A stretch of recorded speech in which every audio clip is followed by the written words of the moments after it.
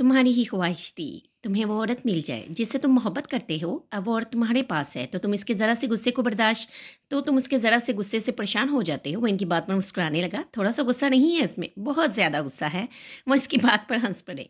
जब इससे तुमसे मोहब्बत हो जाएगी तो ये सारा गुस्सा ख़त्म हो जाएगा। अभी तो तुम दोनों को साथ ज़िंदगी गुजारते बहुत अरसा भी नहीं हुआ।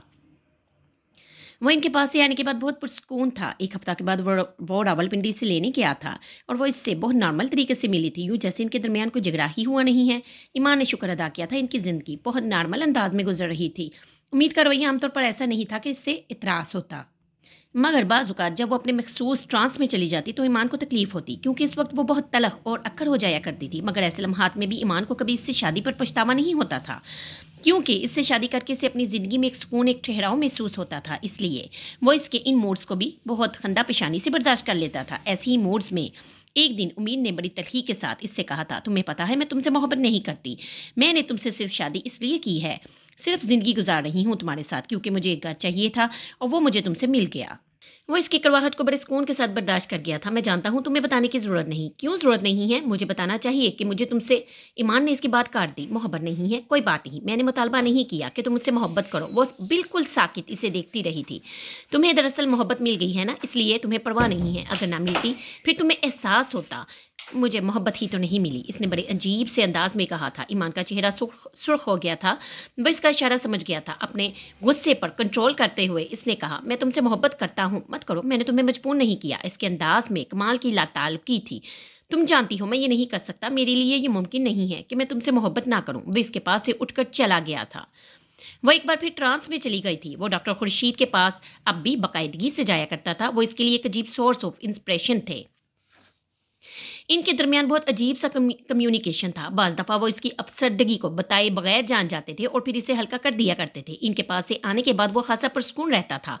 मज़हब में इसकी रोज़ बरोज़ बढ़ती हुई दिलचस्पी भी वही थी। वो अक्सर रात को स्टडी में इशा की नमाज़ अदा करता और फिर कुरान मजीद पढ़ता। तमाम नमाज़ों में सिर्फ़ यही एक नमाज़ थी जो वो बाकायदगी के साथ अदा करता था। कभी बात करते-करते वो बेख्तियार कुरान पाक की किसी आयत का हवाला देता और इसे एहसास होता कि उम्मीद इसे बहुत अजीब सी नज़रों से देखती थी। वो मुस्कुरा देता। वो जानता था उम्मीद इस वक्त इसके बारे में ठीक नहीं सोच रही होगी।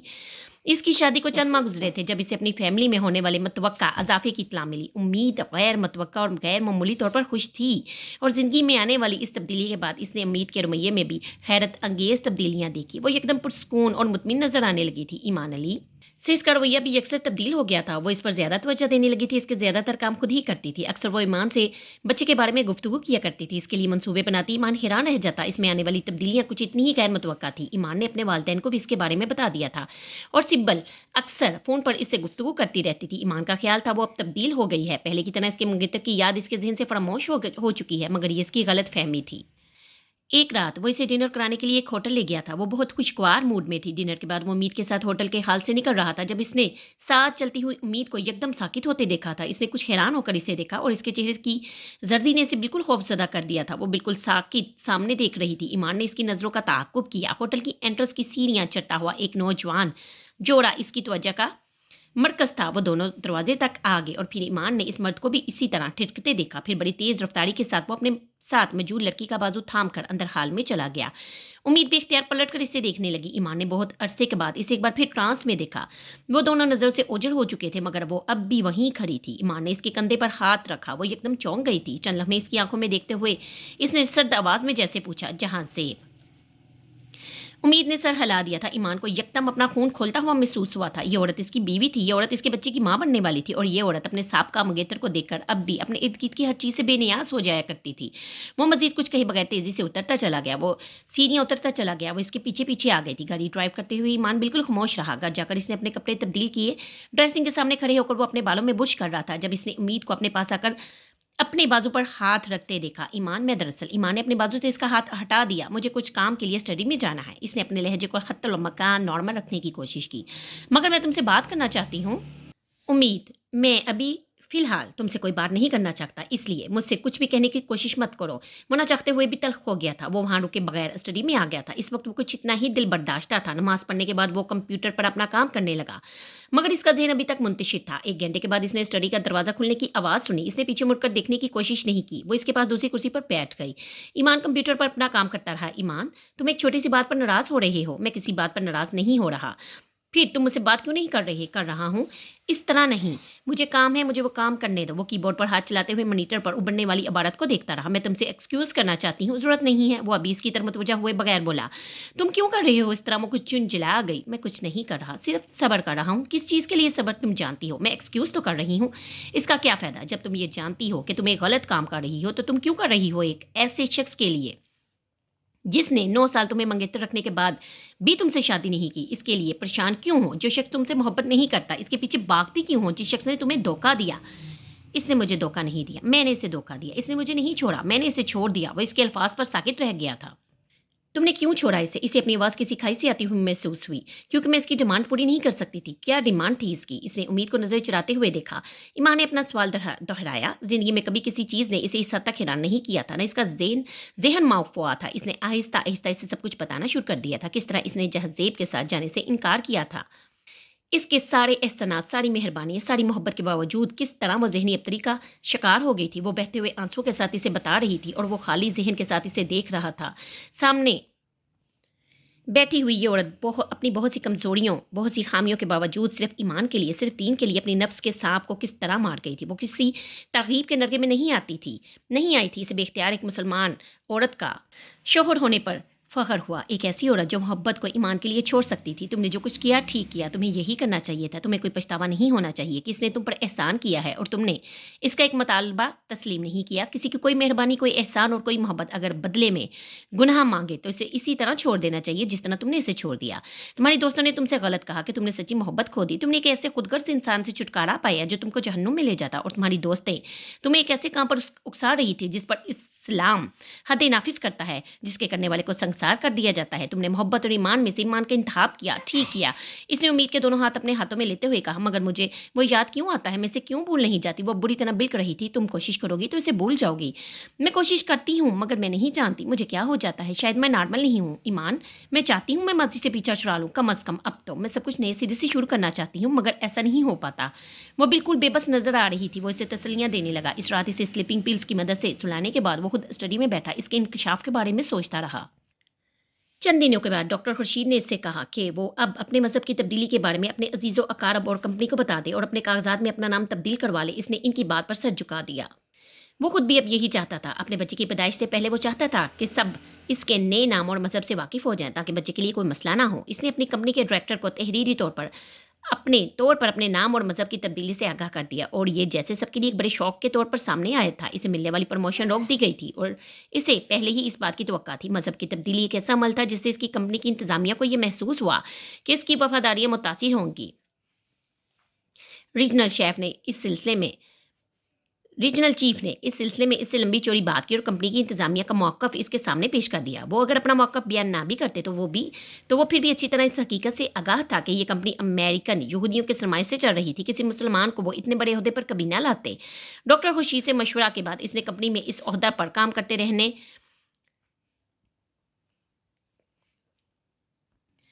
رہنے کی بجائے ریزائن کرنے کا فیصلہ کر لیا تھا اور کچھ اور ملٹی نیشنل کمپنیز میں اپلائی کرنا شروع کر دیا۔ امید کو اس نے اس بات سے آگاہ نہیں کیا تھا۔ وہ نہیں چاہتا تھا کہ وہ پریشان ہو۔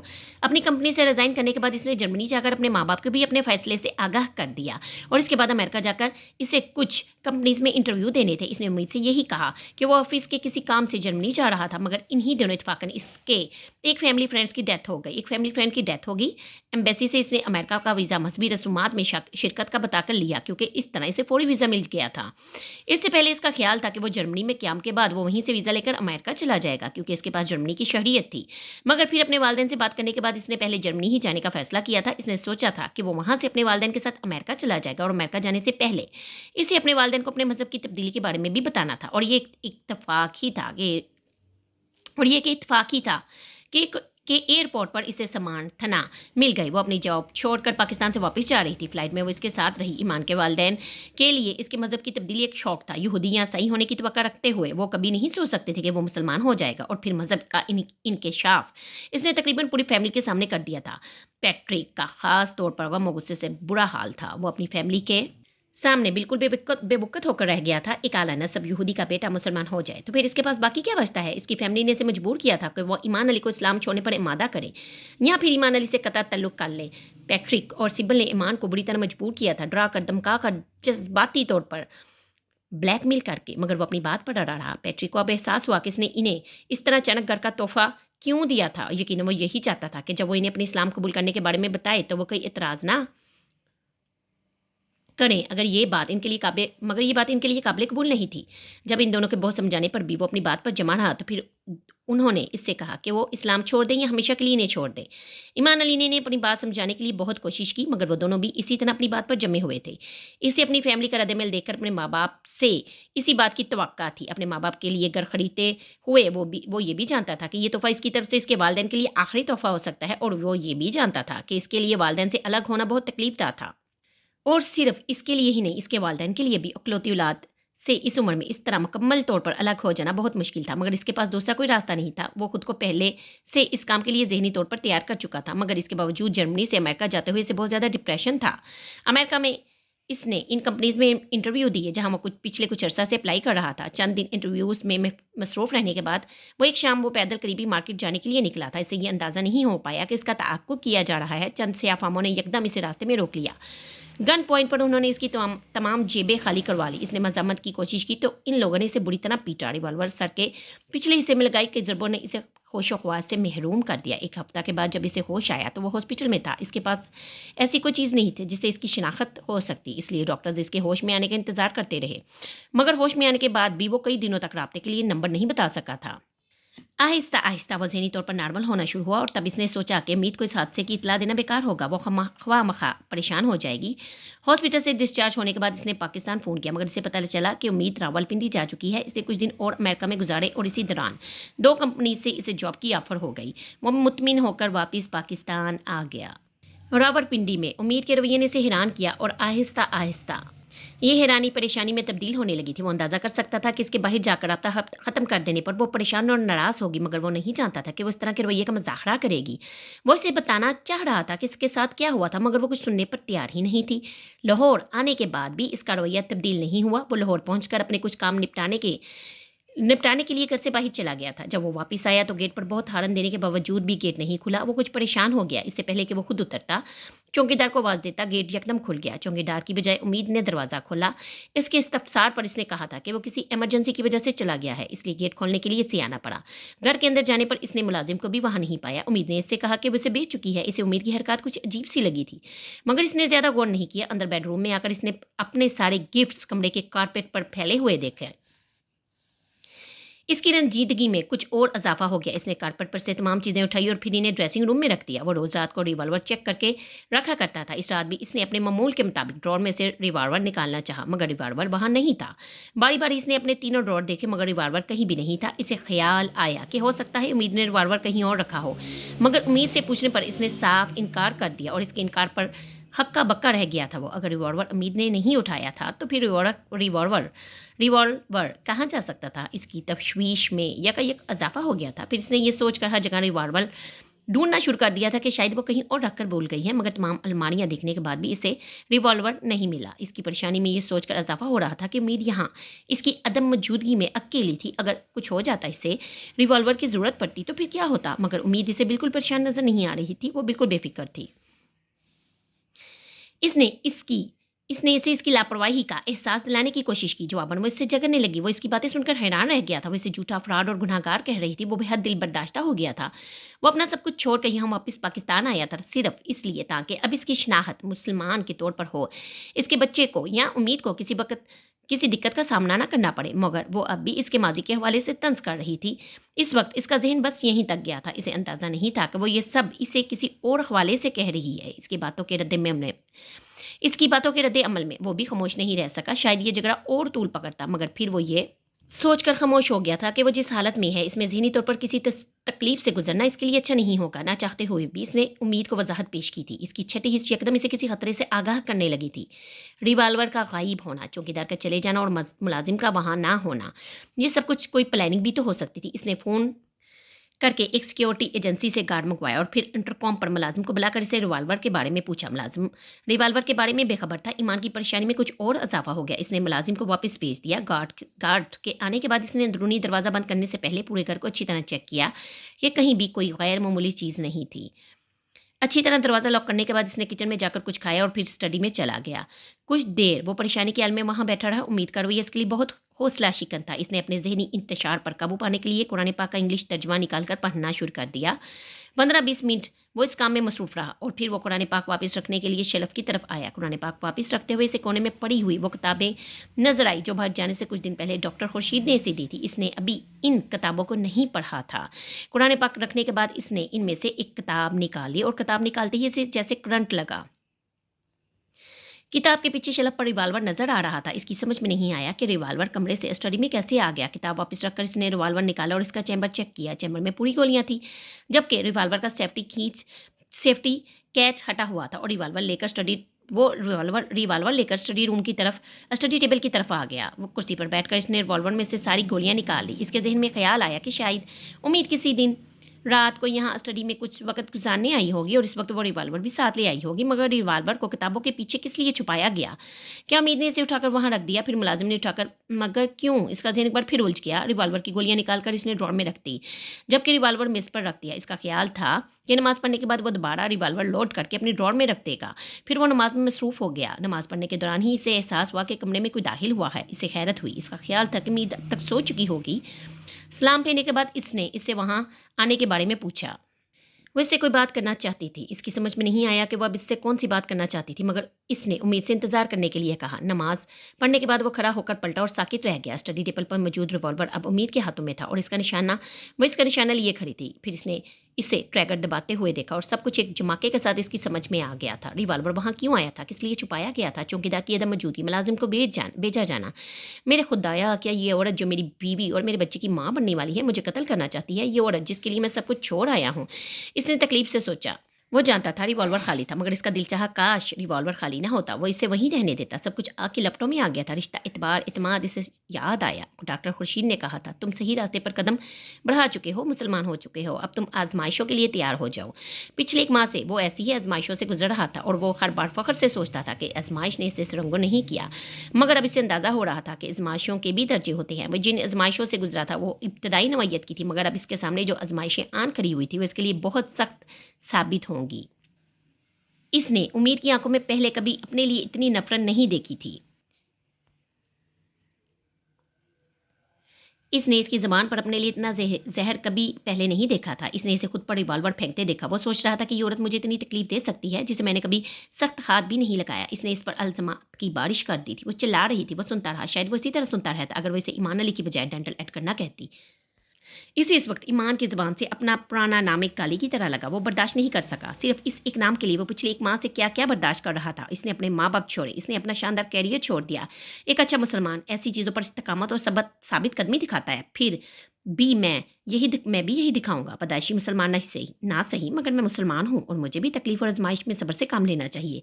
वो सोचता रहा और अब एक बार फिर इसके पुराने नाम से पुकारा जा रहा था। इसके ईमान पर शक किया जा रहा था। वो इसे देख रहा था और सोच रहा था कि क्या सिर्फ एक शख्स किसी की पूरी शख्सियत को इस तरह मसख कर सकता है, इसी तरह थोट पड़ सकता है कि वह शख्स दोबारा ज़िंदगी में कोई रिश्ता कायम करके भी बेतबारी और बेयकीनी का इस तरह शिकार रहे कि हर लम्हे अपने साथ साथ दूसरों के पैरों के नीचे से भी ज़मीन खींचता रहे। इसने सोचा था अगर इसकी ज़िंदगी में जहाँ ज़ेब ना आया होता तो क्या ये फिर भी ऐसी होती। वो इससे मोहब्बत करता था, वो इसका यकीन चाहता था, मगर इस दिन इसे एहसास हो रहा था कि शायद ये मुमकिन ही नहीं है। वो इसे सारी उम्र इसे इसी तरह ईमान की कसौटी पर परखती रहेगी। वो अब कम से कम ये नहीं चाहता था कि इसे बार बार इसके सामने अपने मुसलमान होने का सबूत देना पड़े। ये बहुत तकलीफदा काम था। इस वक्त इसके सामने खड़े होकर इसके इल्ज़ामात का जवाब देते हुए इसने सोचा, अगर किसी शख्स को अभी भी इस बात पर यकीन नहीं है कि मैं मुसलमान हूँ या नहीं, मुझे क्या करना चाहिए? क्या इसके साथ बार बार अज़ियत से दो चार होने के लिए रहना चाहिए या फिर एक बार अज़ियत से गुजरते हुए इससे अलहदगी इख्तियार कर लेनी चाहिए? हाँ, शायद मुझे इससे अलग ही हो जाना चाहिए, वरना कभी ना कभी इसकी बेयकीनी मेरी ईमान को ख़त्म कर देगी, मेरी इस्तकामत और साबित कदमी को हिला देगी। फिर मैं क्या करूँगा? इसने सोचा। वो औरत इसे ईमान तक लाई थी। वो नहीं चाहता था कि इसी की वजह से वो ईमान खो देता। इसे एक बार फिर फैसला करने में चंद मिनट लगे थे। इसने उम्मीद को इख्तियार दिया था कि इस बार वो इंतखाब कर ले। वो स्टेज से निकलकर किचन में आ गया था। इसके वजूद पर उतरती थकन इसे मजमहिल कर रही थी। वो डाइनिंग टेबल पर आंखें बंद करके बैठ गया था। कुछ वक्त गुजरा था। फिर इसने किचन में अपने करीब एक आहट सुनी और स्टडी का दरवाज़ा बंद हो गया था। बंद दरवाजे ने इसके अंदर बहुत से दरवाजे खोल दिए थे, जिनसे नज़र आने वाले रास्ते और मंज़र इसके लिए ना आशना नहीं थे। इसने आहिस्ता-आहिस्ता अपना सर उठा लिया था। धुंधली आँखों से देखी जाने वाली शय हमेशा धुंधली नज़र आती है। शेल्फ़ से टेक लगाए-लगाए वो नीचे कारपेट पर बैठ गई थी। अपने हाथों की हथेली को अपने सामने फैलाकर इसने अपनी तकदीर को बूझने की कोशिश की। कुछ तलाश करने में नाकाम रहने के बाद वो शेल्फ़ से सर टकाकर बैठ गई। हर रात ज़िंदगी में अंधेरा नहीं लाती, बाज़ रातें चाँदनी रातें होती हैं। इन रातों में रोशनी ही नहीं होती, सुकून भी होता है। बहुत साल पहले अपने बाप की कही हुई एक बात इसे याद आई थी। हर आसमानी मजहब इंसान को ज़रूर आजमाता है, मगर इस्लाम तो इंसान को और ही तरह से आजमाता है। ये ऐसी आजमाइशें सामने ले आता है जो बंदे को कुंदन बना देती हैं या फिर राख का ढेर। वो कुछ देर पहले इसके कहे गए लफ्ज़ों को याद कर रही थी, और मेरी ज़िंदगी में भी मेरा दिन 6 साल पहले ऐसी ही एक आजमाइश ले आया, और इस आजमाइश ने मुझे क्या बनाया, कुंदन या राख का ढेर। इसका दिल बढ़ाया। मुझे ईमान और मोहब्बत में से किसी एक चीज़ का इंतखाब करना था। मैंने ईमान का इंतखाब किया, और इसके बाद मैं आज तक पछतावे का शिकार रही। मैं तो पैदाइशी मुसलमान थी। मेरा अकीदा और मेरा ईमान किसी कमज़ोरी का शिकार नहीं था। फिर भी सिरात मुस्तकीम पर उठने वाले कदमों को मैं अंगारों पर चलने के मुतरादिफ समझती रही। 6 साल पहले ईमान और मोहब्बत में से किए जाने वाले जिस इंतखाब के लिए मैं कई हफ्तों, वहमों और सोचों के तूफान से गुजरती रही, वही इंतखाब ईमान अली नामी इस शख्स ने चंद मिनटों के अंदर मेरे सामने खड़े होकर किसी रंज, पछतावे या कश्मकश के बगैर कर लिया था। और ये वो शख्स है जो मेरे दीन में सिर्फ 2 साल पहले आया। मैंने ईमान के लिए मोहब्बत को छोड़ा था, मगर जिस बेरहमी के साथ ये शख्स छोड़कर गया है, इस तरह नहीं। क्या इसका ईमान मुझसे ज़्यादा मजबूत है, या फिर ईमान सिर्फ इसी के पास है? और मैं कौन हूँ, क्या हूँ मोहब्बत के शराब में गिरफ्तार एक बेवकूफ़ लड़की? तुम्हें पता है उम्मीद, इस शख्स ने तुम्हारे साथ क्या किया? इसने तुम्हारे अंदर बेयकीनी का बीज बो दिया, और तुमने इस बीज को सींच कर दरख्त बना दिया है। अब बेयकीनी और बदएतमादी का ये दरख्त इतना तनावर हो चुका है कि तुम चाहो भी तो इसे काट नहीं सकती। हाँ, ऐसा ही था ईमान अली, हाँ ऐसा ही था। इसने इतराफ़ किया, मैं इस दरख्त को काट नहीं सकती, मगर मैं इसे जड़ से उखाड़ सकती हूँ। मुझे मोहब्बत के वजूद पर यकीन नहीं था, शायद इसलिए मुझे मोहब्बत होगी, और इस मोहब्बत ने मुझे यकीन और ईमान दिया। इसके कानों में ईमान की आवाज़ गूंज रही थी। तुमने हमेशा मोहब्बत के वजूद पर यकीन किया, मोहब्बत तुम्हें भी हुई, मगर तुम्हारी मोहब्बत ने तुम्हें ये दोनों चीज़ें नहीं दी। मेरी मोहब्बत ने मुझसे ईमान और यकीन छीन लिया। हाँ, तुमने ठीक कहा, मेरी मोहब्बत मुझे ईमान से दूर ले गई। तुम्हारी मोहब्बत तुम्हें ईमान के पास ले आई। फ़र्क सिर्फ़ इसमें नहीं होता कि जिससे मोहब्बत करते हैं, फ़र्क इसमें भी होता है जो मोहब्बत करता है। मैंने मोहब्बत करके सिर्फ़ खोया, तुमने मोहब्बत करके सिर्फ़ पाया।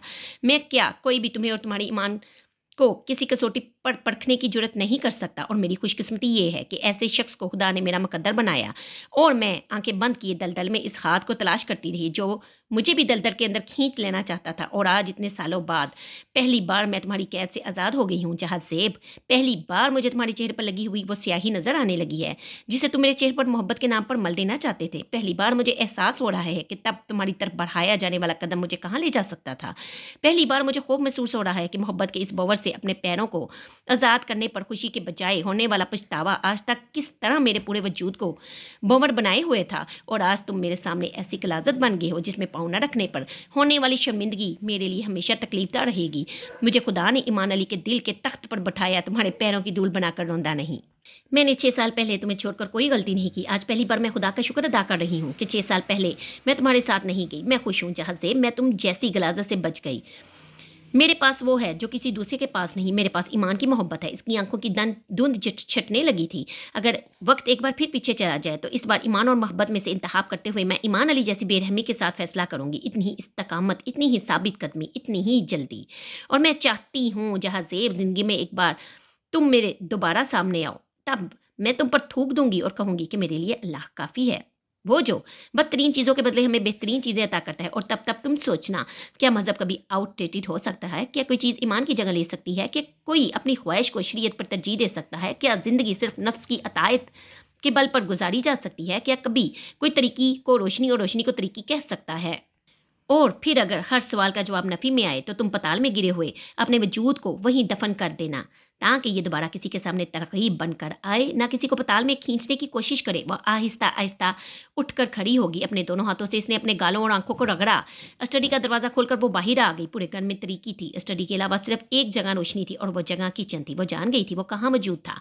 किचन में जाने की बजाय वो बेडरूम में चली गई। ड्रेसिंग में जाकर इसने फर्स्ट एड का सामान निकाला और धीमे कदमों के साथ वो किचन की तरफ आई और किचन के दरवाजे में रुक गई। डाइनिंग टेबल के ऊपर लटकने वाले लैंप की रोशनी में डाइनिंग टेबल की एक कुर्सी पर बैठे हुए ईमान के अलावा हर चीज़ धुंधली नजर आ रही थी। इसका वजूद इस रोशनी में बेहिस्सो हरकत नजर आ रहा था, और इसके चेहरे पर पड़ने वाली रोशनी चेहरे पर मौजूद हर तासुर को वाजिया कर रही थी। थकन, अफ़सरदगी, बेचैनी, अज़्तराब और उम्मीद। वहाँ क्या था, वहाँ क्या नहीं था? इसने ईमान को मुजस्सम हालत में देखा था, इसे रश्क आया था, वो खुशकिस्मत था, इसे हसद हुआ। वो मुंतहिब लोगों में से था, इसे फ़ख्र हुआ। ये खुशकिस्मत मुंतहिब शख़्स इसके मुक़द्दर में था। वो बेख्तियार आगे बढ़ाई, वो आँखें बंद किए कुर्सी की पुश्त से टेक लगाए बैठा था। ईमान अली को अपने चेहरे पर हाथ के लम्स का एहसास हुआ। चंद लम्हों के लिए इसका जिस्म तन गया, फिर जैसे सुकून और सरशारी की एक लहर इसके वजूद में दौड़ गई। इसने आंखें नहीं खोली। वो बड़ी नरमी और मलाइमियत से इसका जख्म साफ कर रही थी। इसकी कनपटी से नीचे बहने वाले खून को रुई के साथ गर्दन तक साफ कर रही थी। अब वो जख्म पर मौजूद बाल काट रही थी। ईमान यकदम ही जैसे बहुत पुरस्कून हो गया था। सर में होने वाली तकलीफ खत्म हो गई थी, हर तकलीफ ही खत्म हो गई थी। इसके हाथों के लम्स में जादू था। वो इसकी बैंडेज कर चुकी थी, मगर अब भी इस तरह इसके सर पर हाथ रख के पास करी थी। चंद लम्हे और गुजरे, फिर इसने अपने गाल पर पानी के चंद कतरे गिरते महसूस किए। इसने आंखें नहीं खोली। वो जानता था ये पानी नहीं था, ये आंसू थे।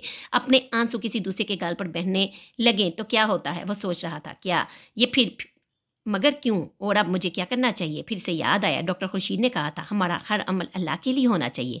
हमारी दोस्ती, हमारी दुश्मनी, हमारी मोहब्बत, हमारी नफ़रत अपने लिए कुछ नहीं होना चाहिए। और मैं अगर अल्लाह के लिए इसकी सारी गलतियाँ माफ़ कर दूँ और इसे एक बार फिर यकीन और ईमान की ज़मीन पर पैर जमाने का मौका दूँ, तो अगर अल्लाह ने ज़िंदगी में इसे इसके एक अमल के लिए इसे इतनी चीज़ों से नवाज़ दिया है, तो क्या मैं एक बार फिर इसे अपनी मोहब्बत के तौर पर, इसने सोचा था। इसने अपने दिल को टटोला, इसे हैरत नहीं हुई।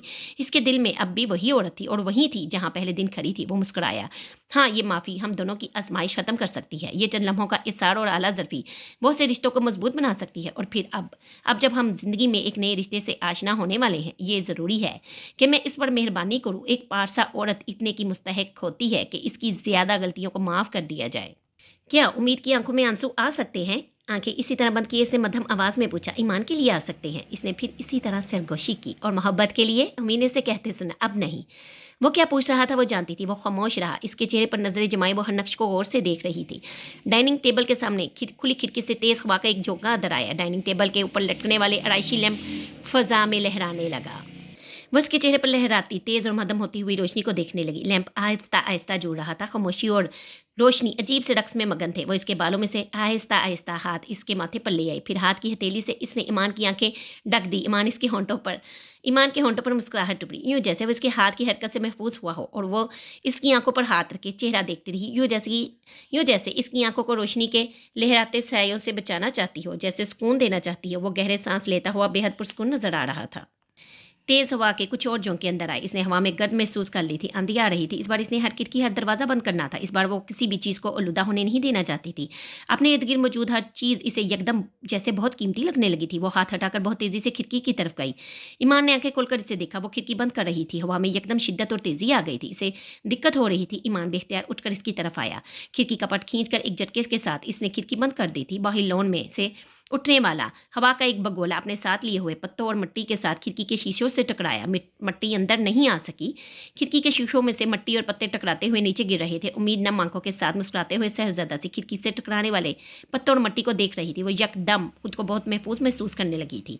बाहर से आने वाली गंदगी अंदर नहीं आ सकी और इस बार कोई आलूदगी अंदर आ ही नहीं सकती। इस बार ईमान और उम्मीद एक साथ खड़े हैं। इसने मुस्कुराते हुए सोचा। ईमान बड़रफ्तारी से किचन की दूसरी खिड़कियां बंद कर रहा था। इसने पलटकर इसे देखा और वहीं खड़ी रही। मुझे ये मौसम पसंद नहीं है, इतनी मट्टी, हर वक्त का तूफान। अब फिर सुबह सारा घर साफ करना पड़ेगा। सारा दिन ज़ाया करेगा साबिर। मेरी समझ में नहीं आ रहा कि ये खिड़कियां कैसे खुली रहने दी। पता नहीं किस किस कमरे की खिड़की खुली होगी और पता नहीं कहाँ कहाँ से मट्टी अंदर आ रही होगी। वो अब बोलते हुए किचन से निकल रहा था। वो मुस्कुरा रही थी। इसके पीछे किचन से निकलते हुए इसने सोचा, ईमान के शीशे पर कितनी ही गर्द और मट्टी क्यों ना हो, इसे साफ किया जा सकता है। बस सिर्फ एक हाथ फेरना पड़ता है और शीशे में से अक्स नजर आना शुरू हो जाता है। और फिर हर हाथ के साथ अक्स पहले से ज़्यादा साफ और चमकदार होता जाता है। और वो हाथ इस मोहब्बत का होता है जो ईमान से होती है। उम्मीद करती हूँ आपको ये नावल पसंद आया होगा। ये आज ईमान, उम्मीद और मोहब्बत नावल की लास्ट एपिसोड थी। दुआओं में याद रखिएगा। इंशाल्लाह फिर हाज़िर होंगी नए नावल के साथ। अल्लाह हाफ़िज़।